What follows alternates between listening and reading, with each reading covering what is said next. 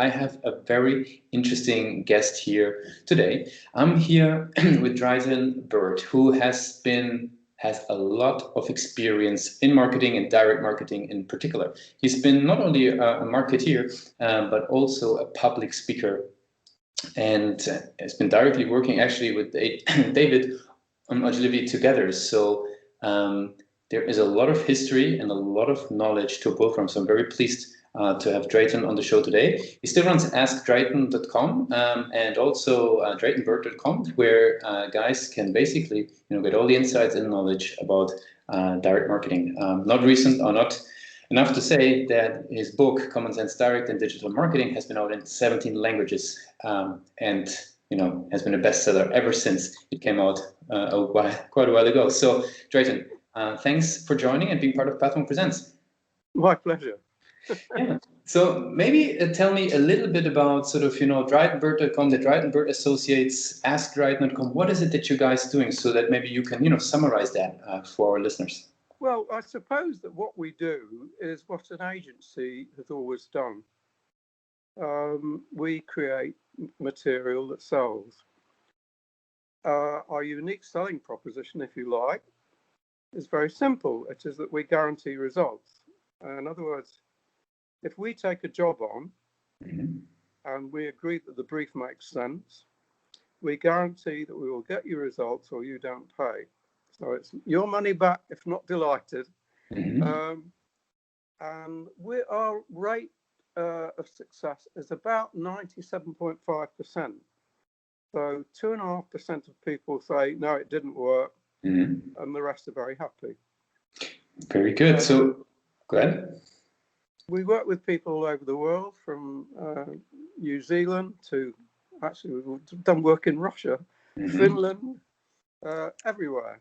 And we sell any damn thing you care to mention, things that you don't care to mention, because I've been amazed at the things that I've ended up selling. So basically, we sell or else. It was the way that the Ogilvy agency where I used to work put it. We sell or else. So we sell or else you don't pay. So that's what we do, and we do it in any medium. I don't care what you ask for. Say we do a lot of direct mail. We send out from our own. Our Drayton is like an educational thing.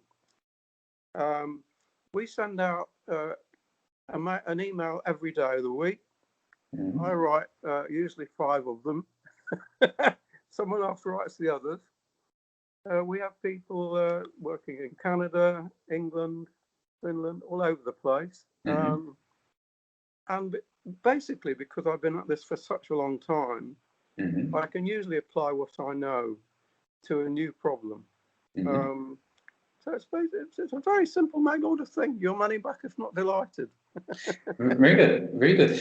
For everybody who's listening in and who would like to understand Drayton Bird Associates a little bit better, maybe could you tell us, something that characterizes the companies? You mentioned obviously the business model. What would characterize the company a little bit? I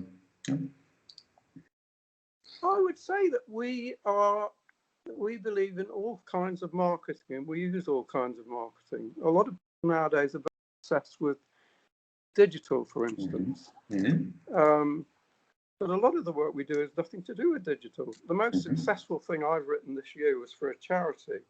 And it was a piece of direct mail. And it brought in about £100,000 in a few days. It was very, very successful. The direct mail, very hard to ignore. But we also do television, we do radio.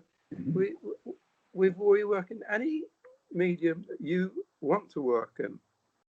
Like awesome. You, we're heavily involved in LinkedIn. I think I have about 90,000 followers on there. Sorry, 9,000. 9,000. You'll have 90,000. I don't know. I don't keep. We use any medium to promote. And we just guarantee the results. It really is incredibly simple. Yeah. Go on. Very good. Now, what I would be curious, those clients that you mentioned coming from the various companies across the globe, like what would be a typical journey that they actually hear about Drayton Associates, and how do they get started? Like, what would be the top client acquisition channel for your own operations? Well, I mean, the list is the main thing. and if you're mailing your list every day, Mhm. the average business to business deal, yeah, it takes about 2 years before somebody actually decides to give you a go. Yeah, Mhm. so you have to keep going. People don't realize that. People imagine that, you know, they send out one thing, they send out two things, then they give in. But most deals are done long after that. So, Mhm. in the words of an American president, not the present one, um, Calvin Coolidge said that persistence alone is omnipotent. So we persist. Yeah. We persist, and we believe in being everywhere. Mhm. Years ago, I used to handle the American Express account, and our big rival was a credit card called Visa. Mhm. And Visa's slogan was, "We're everywhere you want to be." So we try to be everywhere you want to be. So we're on LinkedIn every day. We're on Facebook. We're using our direct mail. I put out videos practically every day. Mhm. Just started a big push on videos online because I've got hundreds of videos going back quite a few years, Yeah. which cover every kind of business. Yeah. Mhm. So it's really, if you want to succeed, you really have to be wherever your prospect is likely to be. Don't assume you're only going to find that person through one medium or in one place or even with one message. Mhm. So a lot of the stuff you asked about, originally you asked about Ask Drayton. So a lot of the stuff on that, it's basically what you call a continuity deal. Yeah. Mhm. So a continuity deal is where you offer somebody to something. They were actually invented in about 1930. The book club was a continuity deal. You signed up, you got a good deal, and they kept on selling you books until you said stop. Yeah. Yeah. Ask Drayton is like that. I say, I'll give you some advice, and it's free. Actually, I charge $1 to try. Try it for a month and see if you like it. Yeah. Mhm. Mhm. After the month, if they sign up, they pay $27 a month. Mhm. Now, the average continuity deal in marketing at the moment runs for about 4 months after Mhm. people give up. Mhm. People stay with us for 10 months. Yeah. Very good. And basically, I'm really capitalizing on years and years of my own ghastly mistakes. Yeah. Yeah. These No, are I the mean, best but the hardest learnings. people are always telling you what to do. It's Yeah. actually a lot more help if somebody tells you what not to do. Yeah. So the thing that you're doing, where you follow what people are doing while they're on the website or on the landing page, really, really valuable. Yeah? Most people, by the way, don't understand why landing pages are better than websites. That's another discussion. Very good. Yeah, you're bringing up websites there. I'm actually curious. What is the role of your own website for the business? Website, if you divide the two functions, yeah, the function of the website is to inform and possibly get leads, but to inform and convince people that you're credible. So if you were to go onto my website, you will see testimonials from people like Sir Martin Sorrell, Yeah. David Ogilvy, people all over the world Mhm. saying that I'm a wonderful human being. And you will also get a free offer. I offer people free the best book ever written about advertising, which I guarantee that 95% of the people watching this have never even heard of, Mhm. because it was written in 1926. If it's David still Ogilvy around, that's read good. it and he said, "This book changed the course of my life." Mhm. So the way that I get people, as I say, like, if they go to the website, say, go to the top right and you can download this book and you'll get some free ideas from me. Mhm. Yeah? And then I just keep on sending free ideas until they tell me to stop. Yeah? Mhm. So all marketing is the same. It's the same with you. You find a prospect and you try and keep that prospect as long as possible by providing them with a good service. That's all I do. That's all anyone else should do. Okay. Yeah, so for everybody who's listening in, who Drayton is talking about, draytonbird.com, you can head over there. What is the name of the book that you mentioned for everybody who's interested? It's called Scientific Advertising. And if you go there, it's on the top right, you'll see a picture of me looking much prettier than I am now. And underneath it says, would you like this free book and also 51 helpful marketing ideas? Mm-hmm. This is a lie. Yeah? Because once they've signed up, they keep on getting helpful marketing ideas until they give up. Yeah. Yeah. Yeah. So I've got people who have been getting those ideas for 11 years. Yeah. Mm-hmm. I've got people who come back to me and say, I stopped getting them, I'm getting them again. Yeah? Restarting from the beginning. Well, because the truth is marketing people like to think that they're involved in a profession. They are not. The number of people in marketing who have really studied how marketing works, what marketing is all about, very, very few. Mm-hmm. If you want to be a doctor, a real professional, if you want to be a lawyer, a real professional, you have a proper source of study. Mm-hmm. In marketing, what people have at the moment is things like you, things like me, Mm-hmm. providing helpful information Mm-hmm. in the belief that if you provide enough information and you're helpful enough, people will give you the business. Mm-hmm. Be nice to people, they'll be nice to you. But it's not a profession. There isn't, as I was saying. So Ogilvy said, for instance, that this book I talked about, Scientific Advertising, he said, this book changed the course of my life. So this is perhaps the best advertising man of the last 100 years, yeah? Mm-hmm. But most people in the business now have never read the book. Never even heard about it, yeah. Most people have never read Ogilvy on Advertising, Mm-hmm. which is certainly the best and absolutely the funniest book on advertising written in the last 50 years. Most people have never read it. I was doing a seminar. I do a lot of seminars for people. Mm-hmm. And I did a seminar a couple of years ago, and there were some people from Ogilvy and Mather there. And I didn't ask them. I just asked everyone. I said, how many of you here have read Ogilvy on Advertising? Half the people that work for Ogilvy had not read Ogilvy on Advertising. This is rather like saying, I'm a Christian. What did you say, the Bible? I've never heard of the Bible. Huh? Yeah. Makes sense. So we live in a business of amateurs. Mm-hmm. People who follow the latest thing, who say, oh, they're like lemmings who rush towards the nearest cliff and plunge down it. Mm-hmm. Huh? Mm-hmm. They don't know. It's rather like being in a war. Imagine if you're in a war. If you're in a war, let's go back 500 years, 600 years to when the English and the French were fighting each other. Mm-hmm. Well, the English won a battle in France because they had a longbow, which could pierce armor. The French didn't have that weapon. The French lost. Yeah. Mm-hmm. If you go through, I've just been reading a biography of Tamerlane, the great conqueror. Mm-hmm. Why was Tamerlane able to conquer half the known world? Because he had the best archers in the world on horseback. Right?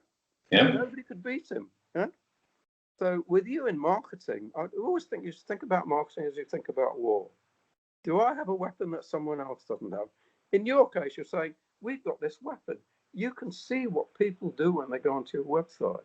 Mm-hmm. And the answer to which I didn't go into, the difference between a website and a landing page. Yeah. People go onto a website. This is what happens when you go onto a website. You go onto a website and you see something on it and you think that's interesting. And you go to another website. And then you find something on that website. Oh, that's interesting. And you go to another website. And before you know where you are, you're 3 million miles away. Yeah? Mm-hmm. It's like a horse in a field with no fences. Yeah? Yep. Yep. But a landing page, it goes straight down. Yeah? I'm working with a guy in America at the moment who's got a landing page which is about 3 million miles long. It's the best thing I've ever seen. Yep. Yep. Because people have only got one choice. They can either keep going until they buy or don't buy. Yep. They cannot wander anywhere else. And that's the difference between a landing page and a website. You know what, Drayton, I think actually that very simple description, I think a lot of marketeers have never thought about it in that way, that you just keep on letting them going, because there's even a lot of A/B tests running, right, on whether the landing page should be short or long. That completely misses the point in itself. Very, very interesting. Well, the thing is that people don't think about what they're doing. Mm-hmm. People are in such a hurry to do that they don't think about why they're doing what they're doing. Mm-hmm. And they get lost in a wonderland where they talk about brands when most of them don't know what a brand is. I was very friendly. I used to write a column for a marketing magazine here for some years, and I became very friendly with a very clever man who's now dead, but was probably the best guy on marketing in the world. There was an institute named after him in Australia, and I used to go and interview him for my column. And I said to him, "Tell me, what is the difference between, what people call a strong website and a weak website? And what's the difference between a strong brand and a weak brand?" And he said to me, "So it's very simple." He said, the strong brand is the brand that has the most buyers. If you've got the most buyers, you've got more money to spend on getting new buyers. You can put your prices up and people will stay with you for longer. But people don't think about these things, yeah? People think they're involved in a profession, but they don't think as though they behave like carpenters. All we do is we make tables, yeah? The one thing I would say about my own business is that I don't care what kind of medium you want me to work in. I've worked in it. You want a television commercial? We do television commercials. You want a landing page? We do landing pages. You want to have some emails? We do emails, yeah? What would you consider? Go ahead, sorry. People do not send out enough emails. People do not. If you think about how people succeed, let's look at a brand. The strongest group of brands in the world for many, many decades has been Procter and Gamble. Right? Let's ignore the miracle of what's been happening since with things like the internet. Just talk about online commerce. They have been the strongest brand in the world because they spend and have spent more money than anyone else on advertising than anyone in the world. Yeah? It doesn't mean that you're always going to be the winner, but the odds are in your favor. People don't look at I look at the whole thing with a mixture of science and creativity. Yeah. So I know, for instance, that if I email more than my competitors, I'll do better than my competitors. Yeah? What do you think? Because we've been talking about the website a bit, and you talked about the difference between the website and the landing page. What do you think is the strength of the DraytonBird.com website at the moment? Is it the ability to convert somebody when they're on the page? Is it the quality of the requests that you're getting? Like, where do you see a strength of the website? I do not view the website as a means of getting business particularly. I view the website as a means of convincing people that I'm credible. And I have a problem with being credible. And you only have to look at me to know what the problem is. Marketing is a young person's business. I'm an old man. Yeah? That's the principal problem I have to overcome. Yeah? So the website mostly focuses, in fact, on quotes from people who are well known in marketing, have been foolish enough to think that I'm wonderful. Yeah. So that's what that's supposed to do. Okay. Emails I see as a way of getting business. Yeah. I see. Makes sense. Coming out with something and all the emails are not. In fact, none of the emails start by trying to sell anything. Yeah. I wrote 3 today. Yeah. And they are mostly about where to get ideas. Where do good ideas come from? Yeah. I write about the things that people are interested in, not about the things that are about selling me. And then at the end, I say, by the way, if this made sense to you, why not drop me a line? Yeah. Or alternatively, you were asking about Ask Drayton. I'll also say, if you've ever wondered about things like this, why don't you go and have a look at Ask Drayton? See if you can afford to invest a huge sum of 1 cent or $1, which is refundable if you don't think I'm wonderful. Yeah. Very good. So Makes sense. That gives me an idea, obviously, about which role the website plays on the page. So, since we are slowly coming to an end of the interview, I would love to, learn a little bit about you personally. Like, what is where do you consume content? How do you educate yourself at the moment? What is your way of doing it? Now, I don't go back to all the books I've read. I do spend a lot of time online looking at how people are doing things. So the guy that I'm probably going to do some business with, he sent me something about some books that I know of, written by people I know. And then he said, why don't we do something with you? And I said, well, I'm writing a book at the moment, which I am, about Claude Hopkins, the man who wrote the book that I mentioned. Now, the interesting thing about Claude Hopkins is that he wrote 2 books, Scientific Advertising and My Life in Advertising, both very short, both very good. Not one of them contains any examples of his work. And I only discovered yesterday why. When he said he was going to write a book, his client said to him, please do not show any examples of your work. We don't want people stealing. Because he was so clever that he worked for competitive companies at the same time. He worked for 4 different automobile companies at the same time. He found a different positioning for each of them. He worked for 2 different tire companies. He was paid the equivalent today of $1 million to launch Pepsodent, the toothpaste. He made so much money, it was unbelievable. So I thought, but nobody's ever written anything about what he ever. And I found about 7,000 of his advertisements, and I'm in the misery of driving myself mad, writing this book about and trying to describe why he was so remarkable, what made him different. There is nothing that is done today, including what you do, that is not based on what he did. And starting in about 1904, and he's a very interesting man because he was a crook. Interesting. You know how you see so many crooks on the internet? There's a guy, I write about these people in my emails. So there's a guy in America that's touched roads. He said, I can conquer fear for you. I'll stop you being frightened. Okay. And then he's got his thing to, he said, we lowered fright by 36.7%. These people are saying, what a liar. But people get up. What's happening at the moment is very interesting. People are allowed to tell the most monstrous lies on the internet. It's like the Wild West before they had sheriffs. You can say anything you like, and I'm not going to say a word about President Trump. But you can get away with murder. It's a retrograde step. But these days.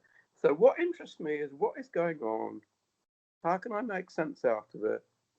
And if I see something like a guy who's telling lies, can I write something for my list that says, watch out for this kind of stuff, And by the way, if you want to know how to do it properly, drop me a line. Makes sense. Cool. Since we're slowly coming to an end of the interview, I would love to jump into our rapid fire questions, right? It's a couple of short and crisp questions. You ready? Yeah. What's the one thing that your company is focused on the most at the moment? On putting more of my videos on YouTube. Because I've charged for these videos over the years, sometimes a lot of money. And I suddenly decided that I'm better off putting them all on YouTube, and I've got hundreds of them. And I'll get a lot more followers. And they will turn into business. Makes sense. That's the one thing. If there would be no boundaries in technology, what would be one thing you want to have fixed for your company today? The one thing that would what? If there would be no boundaries in technology, what would be the one thing you wanted to have fixed for your company today? The one thing I'd love to see is I'd like to see people's faces when they read my emails. Gotcha. Nice one. Very good. And the very last question, and this I think is a very interesting one. If today would be the very first day you're working, on DraytonBird.com, on the associate, on your company, what would be the one advice you would give yourself if you would, restart the company? Never, never, never, never, never give up. I have been broke. I lived under a false name for 7 years. I was so broke. Mm-hmm. I never gave up. Maybe sometime when we talk, I'll tell you about what happened to me when I went to Germany to sell swimming pool franchises, living under a false name. Wow. That's the best cliffhanger ever. So we definitely have to get Drayton back on the show. So go ahead. My Yeah. pleasure. So I really appreciate that you were part of Pathfund Presents today. For somebody who has been listening and maybe what would be one thing that they should remember from this interview about DraytonBird.com? Like, what is one thing that they should take away? It's the same thing as I just said. Never give up. Do not assume that because people don't respond that you should give up. Because it takes a long, long time. It takes an average of 2 years between the time a business prospect contacts you and the time that they buy. That means you've got to keep going for 4 years, at least. So never give up. Makes sense. Thanks for being part of the show. Thank you. My pleasure.